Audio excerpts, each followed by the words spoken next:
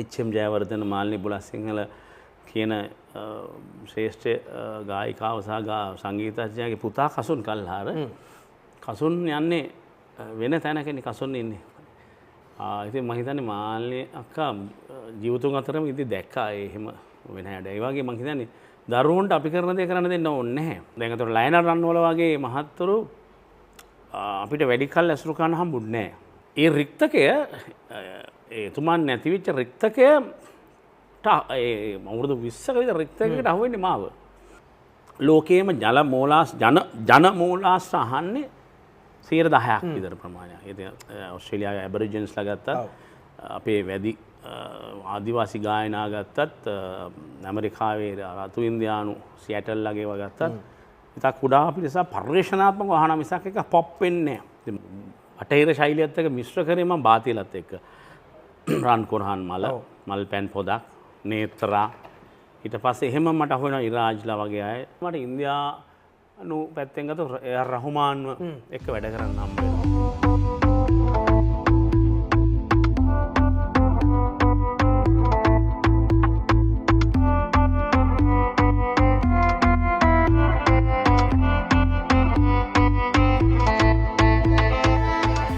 අවඩ ආයුබෝවන්. ඉතින් කොහොමද? වෙනදා වගේම අද දවසෙත් අපූරු ලංකාවේ Tamanගේ ලකුණ අපූරුවට සයින්ටුවන් කළ චරිතයක් එක්කයි මම එකතු වෙන්නේ.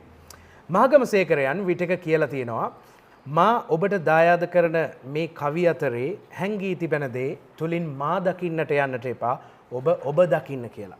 මං හිතනවා මේ චරිතයට හැකියාව තිබුණා Tamanගේ වචන තුලින් අපිට අපිව දකින්නට සලස්වන්නට. වැඩි කතා කියන්නේ නැතිව අද දවසේ මේ සාකච්ඡාවට ගොඩවන්නේ ආදරණීය දුකා අයියා. එහෙම නැතිනම් ඔබ දන්නා වසන්තා දුක්ගන්නා රාලා අයියා. ආයිබෝන්. හැමෝටම ඉතින් කොහොමදයි මේ දවස්වල ජීවිතේ? ඔව් මේ දවස්වල මේ විදේශ සංචාර කීපයක් ඉවර කරලා ආපහු ලංකාවට ආවා. ආවහම මේ හිර වෙලා තිබ්බ වැඩ ටික කරගෙන ගියා. ගොඩක් ට්‍රැක්ස් මේ ලියන්න එනවා ඉතුරුලා තිබ්බා. ඒවා කම්ප්ලීට් කරා. ජනවාරි ඒ අතර ඔයා මේ අද කතා කරන දවසේ මගේ උපන්දිනේ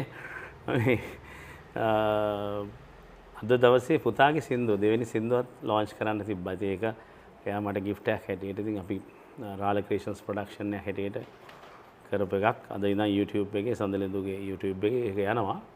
ඒකට මහන්සියි වීඩියෝ එක ටිකක් වෙනස් විදිහකට කරන්න ඕන හින්දා සිම්ප්ලි බට් ඒක වෙනස් කරන්න ඕන හින්දා අපි පොඩි AI තාක්ෂණය තරමකට යොදාගෙන ෂූට් කරලාත් කරපු එක. ඊට අමතරව ජනවාරි අග වෙනකොට මගේ කවි පොත දැන් ලෑස්ති මුද්‍රණයට බාර දීලා ඒක ඉවර කරා. නවකතා පොතේ තව ඉවර කරන්න තියෙනවා. ඒකත් ලියමු ඉනවා. ඉතින් මම ගොඩක් වෙලාට මේ ටිකේ අවුට් ස්ටේෂන් ෂූටින් වලට එහෙම සහභාගී වෙනකොට වඩා ගෙදර ලයිබ්‍රරි එකේ මම තමයි බිසි වුනේ. ඉතින් ඔහොම ජීවිතේ ගෙවෙනකොට දැන් ඔබතුමා හොඳ තැනකින් පටන් ගත්තා. දැන් පුතාගේ වැඩි ඕනම තාත්තා කෙනෙක්ට අර කියනවා වගේ සිංහබාවගේ කියනවානේ පිතුසෙනේ පිතු හද තුලම මිස නැත පුතුන් හද තුල රඳන්නේ. හොඳ පුතුත් ඉන්නවා. හැබැයි මට මතකයි දවසක මේ පළවෙනි වතාවට ඔබතුමා ලියපු සින්දුවක් ඔබතුමා දන්නෙත් නැහැ සහන් රන්වල අරන් ගිහිල්ලා පුතා වෙනුවෙන් මේව කළා ඔබතුමා සංවේදී වෙනවා. මේ ඇයි එච්චර කාලයක් ගත්තේ පුතා වෙනුවෙන් සින්දුවක් ලියන්න? අර වඩුවයි ගෙදර පුටුව නෑ වගේ පුතාට ගීතයක් ලියවීම පිළිබඳව මට එහෙම අදහසක් තිබ්බට ඒක වුන්නේ අර හැම වෙලාවෙම පුළුවන් ඕන්ලාගේ බැරිය වගේ තිබ්බා. අනික මම හිතුවා මේ පුතා හැම මම ඉන්න තැනම තෝරගන්න ඕනේ නෑ. තෝරා නොගනී කියලා මම හිතුවේ දැන්. එච්.එම්. ජයවර්ධන මාලිනී බුලත්සිංහල කියන ශ්‍රේෂ්ඨ ගායිකාව සහ සංගීතඥයාගේ පුතා කසුන් කල්හාර. කසුන් යන්නේ වෙන තැනකනේ කසුන් ඉන්නේ. ඉතින් මම හිතන්නේ මාලිනී අක්කා ජීවිතුන් අතරම ඉඳි දැක්කා එහෙම වෙන හැඩ. ඒ වගේ මම හිතන්නේ දරුවන්ට අපි කරන දේ කරන්න දෙන්න ඕනේ නැහැ. හැබැයි පුතාට මගේ යම් ඡායාවල් වැටිලා තියෙන බව පේනවා. යා තෝරාගන්න. එයාගේ පළවෙනි සින්දුවදී බොහොම ජනප්‍රිය වුණා.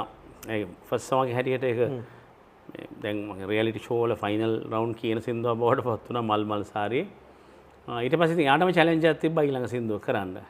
ඉතින් එතකොට ආයේ දෙවෙනි එක මම ඒකත් මටම ලියන්න උනා. එයාට මම ලියන්න නිදහස දුන්නා. එයා සින්දු කීපයක් ලිව්වා වෙනස් අයට. එයාගේ සින්දු මම යාට ලියා ගන්න දුන්නාට ඒක යාට කැමති වුණා නෑ අප්පච්චි මේක ලියලා දෙන්න.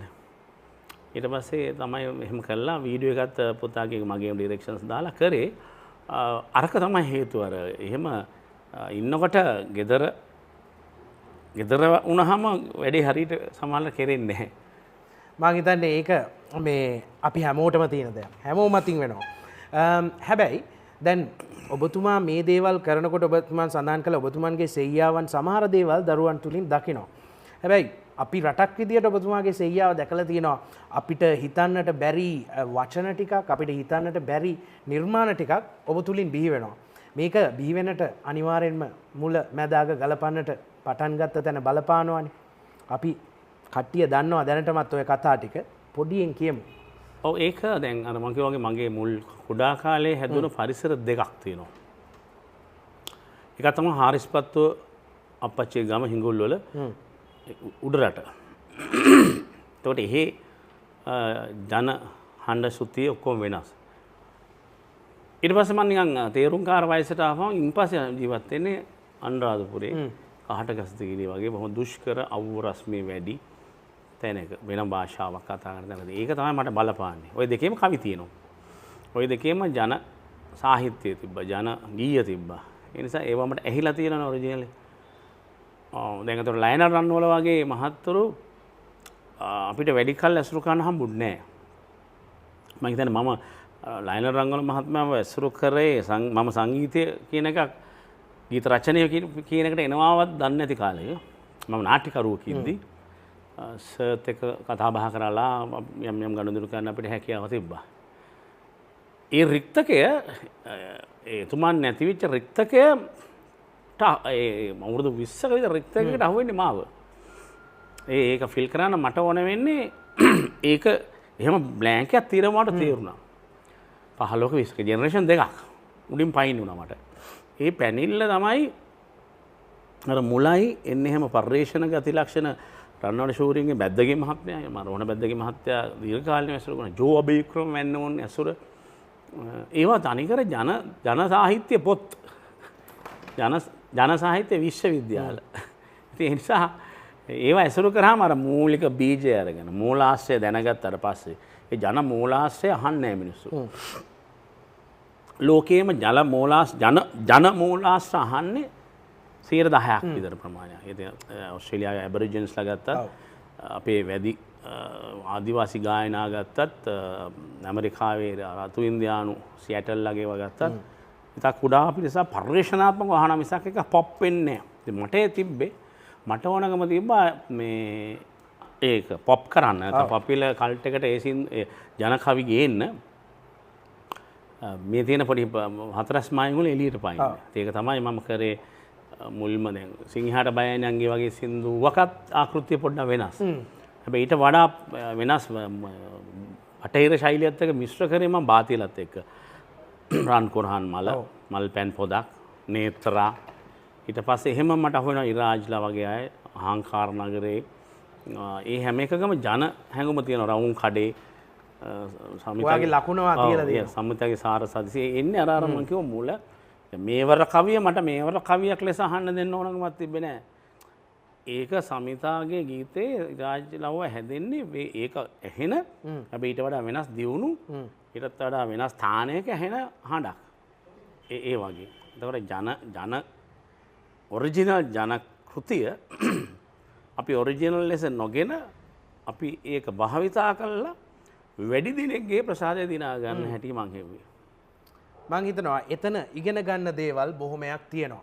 ඒ විතරක් නෙවෙයි දැන් ඔබතුමන් සඳහන් කරනවා වගේම මම දැන් හොයලා බලනවනි සාකච්ඡාවකට එන්න කලින් ඔබතුමන්ට මේ ජන ආර වගේම මේ අන්තර්ජාතික සංගීතය ගැනත් ඔබතුමන් හොයාගෙන යනවා. එහෙම හොයාගෙන ගියාට පස්සේ තමයි මේවා සම්මිශ්‍රණය කළා අලුත් දෙයක් දෙන්නට පුළුවන්. කොහොමද අලුත් දෑ නොතනන ජාතියට එහෙම දෙයක් දෙන්න ඔබතුමාගේ ගමන හොයාගත්තේ? ඔව් මම දැන් මට මේ වැඩේදීම අධ්‍යයනය සඳහා කරන්න වුණා පොප් හිප් හොප් ඒ ගැන්ස්ටර් හිප් හොප් වගේ දේවල් ගැන හොයන්න. එමිනෙම් ගැනද එහෙම නැත්නම් ටූපැක් ගැනද එහෙම නැත්නම් ස්නූප් ඩොග් ගැනද ඒ මිනිස්සු ගැනත් කියවන්න පුළුවන්. ඊට අමතරව මට පැත්තෙන් ගත්තොත් ඒ රහුමාන්ව එක්ක වැඩ කරන්න හම්බ වෙනවා වෙළඳ දැන්වීමක. එතකොට ඒ වෙළඳ දැන්වීම සිංහල ශ්‍රී ලංකාවට ඒ මෙලඩියට සින්දු ලියන්නේ මොටර්සයිකල් ඇඩ් එකේ මම. එතකොට ඒ රහුමාන් එක්ක වැඩ කරපු ෂූට් එක මම නිකන් මේ වැඩේ කරලා ඇවිල්ලා නිකන් ඉන්නේ නැහැ. මම රහුමාන් ස්ටඩි කරන රහුමාන් මට යාගේ ජීවිත කතා පොත දීලා තියෙනවා. ඊට පස්සේ මම එන්නේ එහෙම ස්ටඩි කරාට පස්සේ මේක මට තේරෙනවා අර බීතෝවන් බාග් ඒ මොසාට් අර ටූපැක් එමිනෙම් ඔක්කොම අර ජීසස් ගෞතම අනිත් අය ආගමික නායකයෝ ඔක්කොම කරලා තියෙන එකක්නේ. ඒක තමයි මට ඕනේ. කියන්නේ අපි හිතමු රන්වල ෂූරීන් බැද්දේගේ මහත්තයා මකුල් ඔළුව මහත්තයා මේ අය ගැන හදාරන ගමන් මට අර කිව්වාගේ ස්නූප් ඩොග්ලා එමිනෙම්ලා ටූපැක්ලා ඒ තියෙන ඒවා ඊට පස්සේ අර පැත්තෙන් ගත්තොත් මොසාට්ලා ඒ සම්භාව්‍ය ඉංග්‍රීසි සංගීතයයි ඔක්කොම හොයන්න පුළුවන්කම හම්බ වුණා මට. මේක එක නූලක් අල්ලගත්තාම අනිත් ඔක්කොම අහු වෙනවා. ගැඹුරින් මම සංගීතය ගැන හදාරනකොට සංගීත විදි ගැන මට හදාරන්න පුළුවන් වුණා. ඒ විශේෂයෙන් දැන් ඔස්ට්‍රේලියාව ගියාම මම ඇබොරිජිනල්ස්ලා හොයන්න ගිහිල්ලා උන්ගේ ඔරිජිනල් ඒ තාල අහගෙන එනවා. ඔස්ට්‍රේලියන්ස්ලා අපිට ඇබොරිජින් මියුසික් කියලා දෙන CD එකේ තියෙන ක්වලිටි එකයි ඒ ගිහිල්ලා ඇබොරිජින් කෙනෙක් හම්බුනහම ගන්න එක අතර වෙනස හරියටම හරි. අපේ රන්වල මහත්තයලා පැද්දගේ මහත්තයලා මේ ගිහිල්ලා හොයාගෙන ඇවිල්ලා මෙහි සංගීතවත් කරපු දේ අර ගමේ මිනිහා කවි ගායනය දෙක අතර තියෙන වෙනස වගේමයි. ඒතර මට ඕන වුණා ඊටත් වඩා ඈතට පයින්න. එහෙම උනේ අර දැන් පැද්දගේ මහත්තයා වගේ අය මිය ගිහිල්ලා වසර ගාණක් යනකම් මේක ඇතුළේ නිකන් එහෙම ආය ජනගී පැල කරන්න හිටියේ එකම කෙනා හේමදාස් ශූරින්. හේමදාස් ශූරිනුත් හරි උපක්‍රමශීලීවයි ජනනාදේ මේ මිශ්‍ර කරේ මේවට. විවිධ ජන වර්ග මේ ටීඑම් ජයරත්න මහත්තයා එහෙම කතා කරොත් කියයි ඒ වගේ තිබ්බ ඉන්දියානුද බෙන්ගලිද ඒවත් තරම් අපේ ඒවත් අරගෙන අමුණුත් කරා යා දැන්. කාන්නු ගොයියක් වන්දේලාලා කන්ද පාලුයි වගේවත් ගත්තා. මට ඕනකම තිබ්බේ ඊටත් යන්න. නානානේ නානානේ නානා ඒක ಭಾರತೀಯ සන්තෝෂේ. රන් කුරහන් මල්. අරන් යන්න. නේත්‍රා රබම්පද. රවුම් කඩේ කරත්ත කවි. සාරසදිස් කියන්නේ කෙලින්ම මේවර කෙලියම අර මං කිව්වා වගේ වෙන තාණය. අන්න ඒ වගේ අර මගේ අධ්‍යයනයක් එක්කයි අර මං කියන්නේ අපිට ජනකවි කියලා ශ්‍රී ලාංකික ජනකවි කියපු ගම මතක් වෙන්න හොඳ නැහැ අම්බොඩේකුයි බුලත් පිටයි. අනිවාර්යයෙන්. මෙතනනේ අපි වෙනස් වෙන්න ඕනේ. ඊට වඩා පොහොසත්යේ සංගීතය. ඒ නිසා ඒ එන්නේ වැඩ කරුවන් තමයි මං හිතන්නේ දැන් චරිත අත්තලගේ වගේ අය අද වෙනකොට ඒකේ තව එහාට පැනලා තියෙනවා. ඒ හොඳ ප්‍රවණතාවයන් ටිකක් එනවනේ. ඔය ඒ ප්‍රවණතාවයන් ටික එනකොට හැබැයි මම විශ්වාස කරනවා අපේ අධ්‍යයනයන් වගේම මිනිස්සුන්ගේ හැඟීම් එක්කනේ මේ ගනුදෙනුව කරන්නේ. ඉතින් හැඟීම් වලට සමපාත වෙන්න මේ ගනුදෙනුවේදී අපි මොනවද කරන්න ඕන අනාගතේ එන පද රචකයන්ට සංගීත වේදීන්ට ඔබ දෙන උපදෙස මොකක්ද? මේ පද රචනය කියන්නේ ගී පද ලිවීම කියන එක නම් මට තාම මම දන්නේ නැහැ. මම දන්නේ ලිව්වහම ඒක හිට් වුණාම. කවි වගේ දේවල් සංගීතය වගේ දේවල් විෂයන් වගේ උගන්වනවා. ඒක මාර වැඩක්. දැන් නිකන් හිතන්න මේ අපි හිතනනේ මහා කවි ගීත වෙන්න එක නෑ.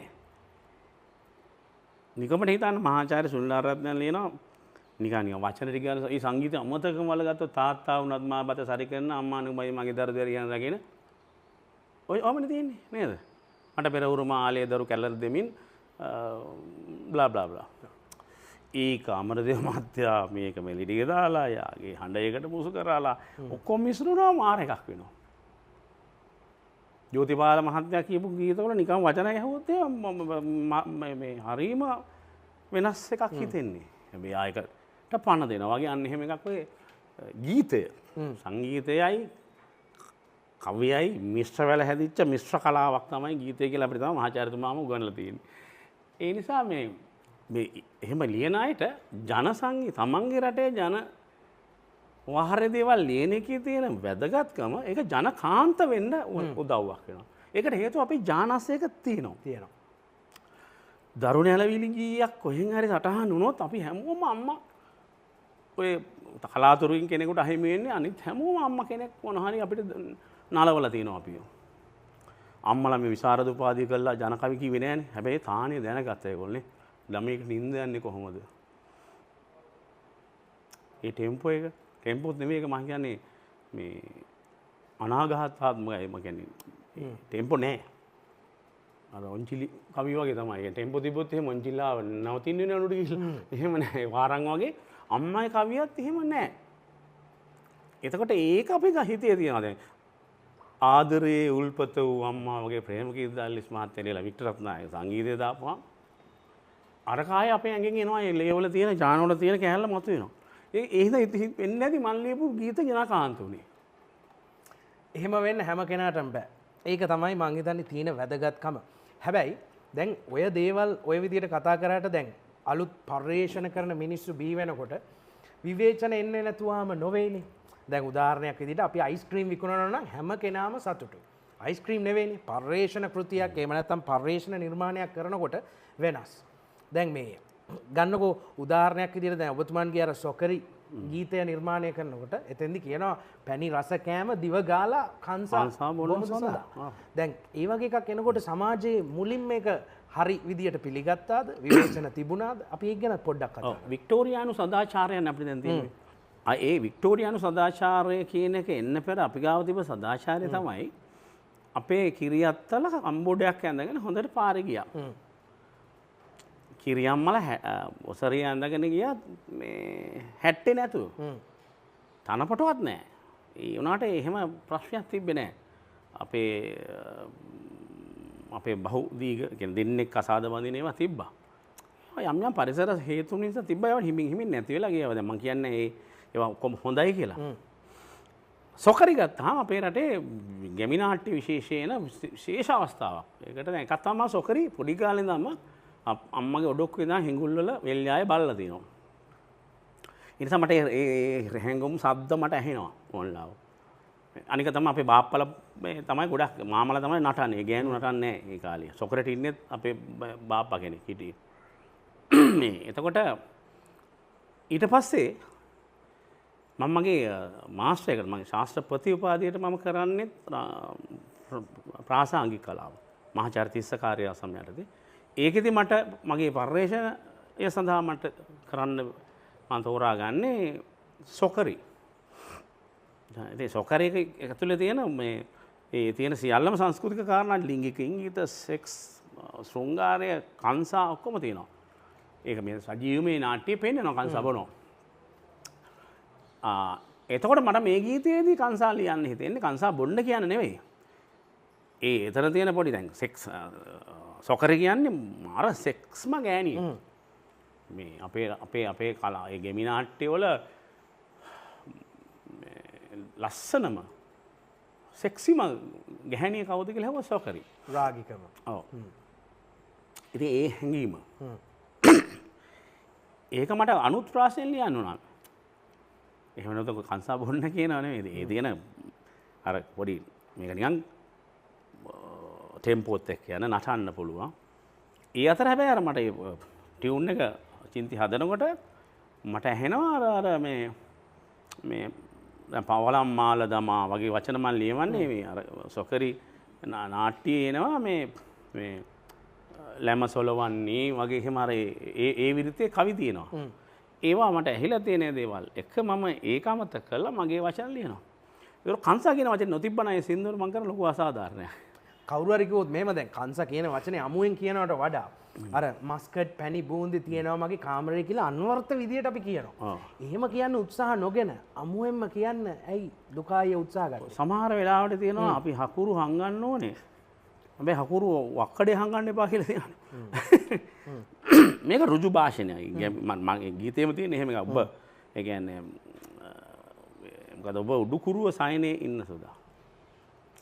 එතකොට දැන් එහෙම දැන් මාර මේ දෙවනි අර්ථ නිකන් තියාගෙන උපමා උපමේ යොදලවක් කරන්න තිබා. ඒක නෙවෙයි මේ සින්දුව. ඒක තියෙන මල් පැන් පොදක් කිනිත්තක් අගින් නිසින්නා වගේ ඔබේ ආදරේ. ඒ මම එහෙම ලියලා තියෙන ඒ සින්දුව. මේක ආවේශයෙන් වෙන එක.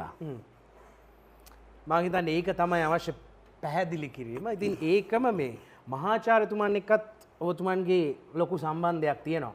මම හිතන්නේ නාට්‍ය කලාවට ප්‍රාදුර්භූත වුණු ශ්‍රී ලාංකීය ඉතිහාසයේ හොඳම චරිතයක් තමයි. හැබැයි සමහර තැන්වල ඔබතුමන් කියනවා මතවාදීමේ වශයෙන් මම විවාද තිබිච්ච තැන් තිබුණා. ආචාර්ය සරච්චන්ද්‍රයන් ගැන සරච්චන්ද්‍රයන් ගැන. ඉතින් ඒ වගේම මේ මතවාදීම වශයෙන් ගැටුම් තිබුණාට එතුමන්ට ඔබතුමන් තුල වැඩි ආදරයකුත් තියෙනවා. අපි මේ ඔබතුමන් සඳහන් කළා නෑ මතවාදීමේ තිබුණු වෙනස්කම් මොනවද කියලා. පොඩ්ඩක් සඳහන් කරන්න. අපි විශ්වවිද්‍යාල කාලේනේ මට මහාචාර්යතුමා හම්බෙන්නේ. ඉතින් අපි නාට්‍ය බලන්න ගිහිල්ලා අපි හිතවත් වෙනවා යසාහෙම අපේ සම වයස් මම හිතන්නේ. ඉතින් නාට්‍ය කොහොමද ඔය සිංහ බහුව මනමේ 50 පාරක් විතර බලලා තිනවා. ඊට පස්සේ සර්ත් එක්ක අර ඉවරුනහම නාට්‍යයක් කරනහම පොඩි කතා බහක්. යාර අර වයන්ලෙන්ට් එකේම පොඩි බිත්තියක් තියෙන. එතෙන් ඇවිල්ලා හරි ෂූටි මිනිස්සයනේ. මෙහෙම ඉන්නවා අපිත් ගිහලා ඉඳන් කතා කරනවා. ළමයි එන්නේ කියලා. ඉතින් වැඩි ඉතින් සර්ගේ තියෙන සෞන්දර්යවාදීකමට අපි කැමති වුණේ නැහැ කාලේ. මොකද අපි විශ්වවිද්‍යාලේ තිබ්බ අපේ තිබ්බ රැඩිකල් ගතිය ඔක්කොමත් එක්ක අපි අහන්නේ අයි සර් මේ මීට වඩා එතකොට අපි හිතමු සුගතපාල සිල්වා වගේ සමාජ ගුණ තියෙන නාට්‍යයක් හදන්නේ නැත්තේ.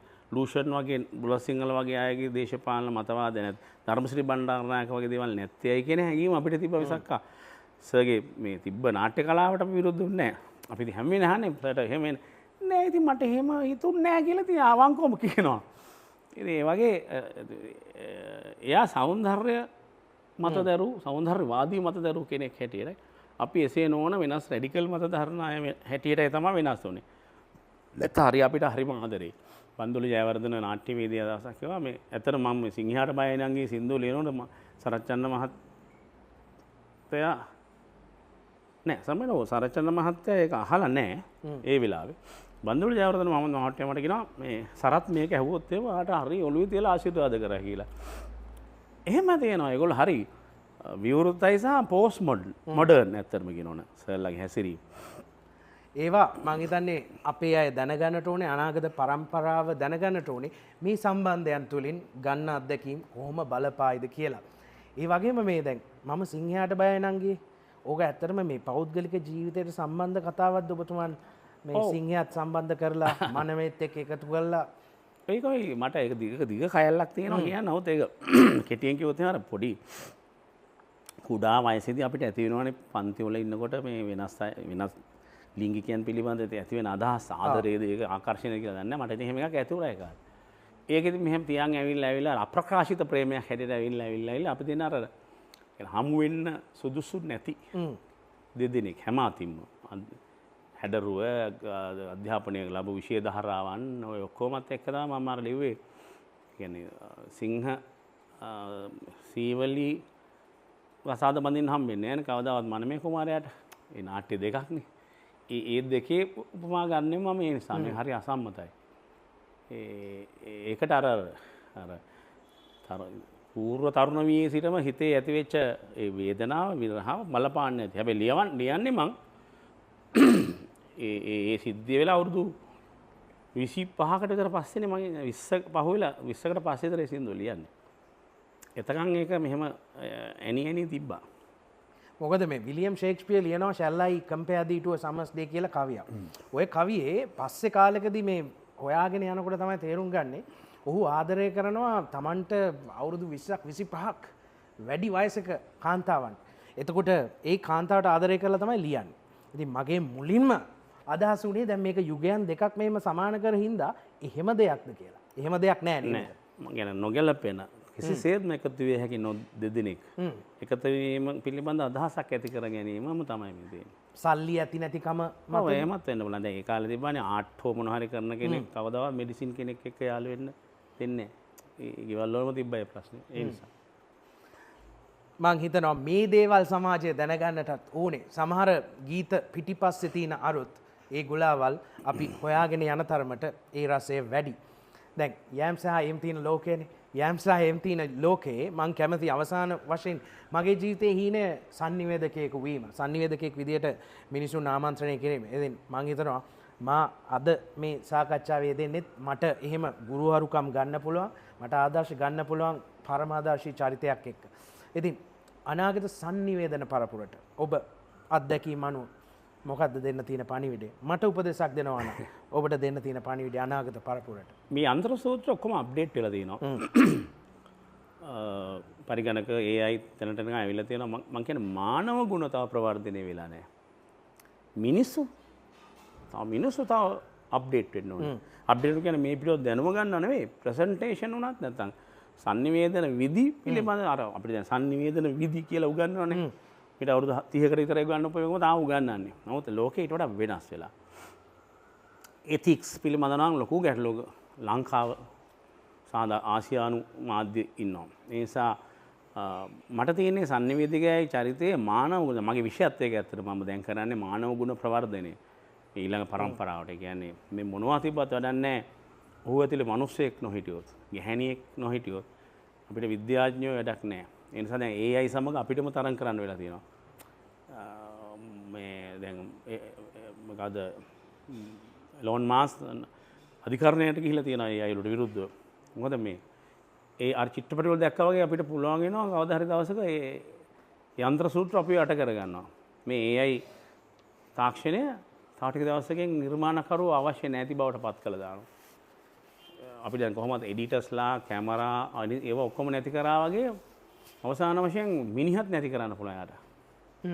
AI තාක්ෂණය හරහා යාට මිනිස්සයා කියන කෙනත් නැති කළා දාලා. අන්න එතනින් තමයි භයානක දේ සිද්ධ වෙන්නේ. ඒ මිනිස්සයා අත සියල්ල තියාගෙන දියුණු වෙන එකක් මිසක් මාධ්‍ය හෝ මේ sannivedana කියන්නේ ඒවා යන්ත්‍ර වලට බාර දීම නෙමෙයි. අපි හයිටෙක් ස්ටුඩියෝ එකක හයිටෙක් මැෂින්ස් විතිබඩ නැහැ. හයි ටෙක්නිකලි හිතන්න පුළුවන් මිනිස්සු නැත්තම්. සංයමය ඒ වගේම අපිට උකහා ගන්නට තියෙන දැනුම මානව ගුණය මේ සියල්ලම අපි තුල ජීවත් වෙන්නට ඕනෑ කියලා අපි හිතනවා. ඒ වගේම තමයි මේ මම ඉන්නෙත් ජනතාවගේ ආදරෙන් හම්බෙච්ච සම්මාන ගොඩක්. ඒ වගේම එතුමන් දිනාගත්ත දේවල්. හැබැයි මේ දේවල් වලටත් වඩා ඔබතුමන්ගේ ජීවිතේ තෝරා ගන්න දුන්නොත් මා ලද දායාදය මෙයයි කියලා. අපි කියමු මොකද්ද? ඔබතුමන්ගේ ලොකුම ජයග්‍රහණයේ ජීවිතේ අද දක්වා. මම හිතන්නේ මට මේ නිකන් ඉන්න පුළුවන් විදිහට ජීවිතය හදන් තියෙනවා. මේ කට්ටියම දුවනවනේ අපි දුවලා මට දැන් හිතුනොත් එහෙම හෙට මම වැඩ කරන්නේ ආයෙ. මම ගිහිල්ලා බොහොම හොඳ කලා තැනක ඔහේ ඉන්නවා. තියෙන දෙයක් කාලා බීලා කියලා හිතුනොත් ඉන්න පුළුවන් තරමට මං ජීවිතය හදන් තියෙනවා. මම මේ සම්මාන මට තියන්නේ ඉඳන මගේ දොරවල් වලට තියලා තියෙන ගොඩක් සම්මාන ගිහිල්ලා බලන්න වැදලා. මේක හම්බ වෙනකොට මාර උත්තරයක් තියෙනවා. ඒක ගෙදර ඇවිල්ලා ගෙදර තිබ්බහමත් තියෙනවා. දැන් මනෝජ කොහේ හරි සම්මාන වලට ගිහිල්ලා එනකන් අහන්නේ සම්මාන කීයක් හම්බුණාද කියලා. තියන්න තැනක් නැහැ. තවද යාළුවෙක් බැලලා කියන්නේ අර දොරක තියලා තියෙන රාජ්‍ය සම්මානයක්. ඉතින් ඒ කියන්නේ මං කියන්නේ එහෙම ආපහු රින වෙන්න පුළුවන් නම් මරු. අර මං චූටි කාලේ ඉපදිලා අම්මගෙන් අම්මත් එක්ක ඉන්න ගමන් කැලේ දූපු කොල්ලා වගේ ආය වයසට ගිහිල්ලා දැන් ඉන්න පුළුවන් නම් හීනයක් තියනවද? දැන් Wi-Fi මොනවත් නැහැ, ඉන්ටර්නෙට් නැහැ. ඔව් මම එහෙම තැනක් අරන් තියෙන්නේ. මැටි පැලක් මම එහෙම තැනක් අරන් දැන් සූදානම් කරලා තියෙන්නේ. එතන ජීවත් වීමේ ශක්තිය තිබ්බොත් මම එතන යනවා ඉක්මනට. එහෙම ප්‍රාර්ථනා තියෙන මිනිස්සු අඩුයි. හැබැයි එහෙම අයට මං හිතනවා අර සියටල් කිව්වා වගේ මේ ලෝකෙන් යන්නත් ලේසි. අපි ගන්න හුස්ම කවදා හරි අපි ලෝකෙට දෙන්නට ඕනේ. එහෙම දෙන දවසක මං හිතන්නේ ඔබතුමන්ගේ ඒ හීන සාර්ථක වෙන්න කියලා මම ප්‍රාර්ථනා කරනවා. ඒ වගේම අද එතුමන්ගේ උපන්දිනය. ඉතින් මෙවැනි කලාකරුවෙකු ජාතියට දායාද වුණාට අපි සියල්ලම ආඩම්බර වෙනවා. හොඳ උපන්දිනයක් සමරන්න අද දවසේ යහළු මිතුරන් එයි. ඒ හින්දා මට කියපු දේ තමයි ඊටාම ඉක්මනින් සජිත් මේ වැඩේ ඉවර කරන්න ඕන. අද මොනවා වෙයිද ගෙදර ඇතුළේ කියලා දන්නේ නැහැ. වෙන මොනවා හරි මේ ප්ලෑන්ස් තියනවද අද? නෑ නෑ මගේ තිබ්බේ නෑ එහෙම මොකොත්. මම අද උදේ ඉඳන් කරේ ඉවර කරන්න තිබ්බ සින්දු ඉවර කරා. බැංකුවට ගිහිල්ලා ණයක් ගෙවන්න තිබ්බා ඒක ගෙවලා ඉවර කරා. උපන්දිනේ කරන්න ඕනේ ඒවා තමයි. හොඳ වැඩ. ඉතින් මම ප්‍රාර්ථනා කරනවා ඔබතුමන්ගේ සියලු කාර්යයන් සාර්ථක වෙන්න. අනාගතයටත් අපේ අනාගත පරම්පරාවටත් ඒ දායාදය තව තවත් නොඅඩුව ලබා දෙන්නට හැකියාව ලැබේවා කියලා මම ප්‍රාර්ථනා කරනවා. ආවඩා ආයුබෝවන්. ආයුබෝවන්. එසේනම් තවත් මෙවැනිම හරබර පිරි වැඩසටහනකින් ඔබ හමු වෙන තුරු ඔබ සියලු දෙනාට ආවඩා ආයුබෝවන්.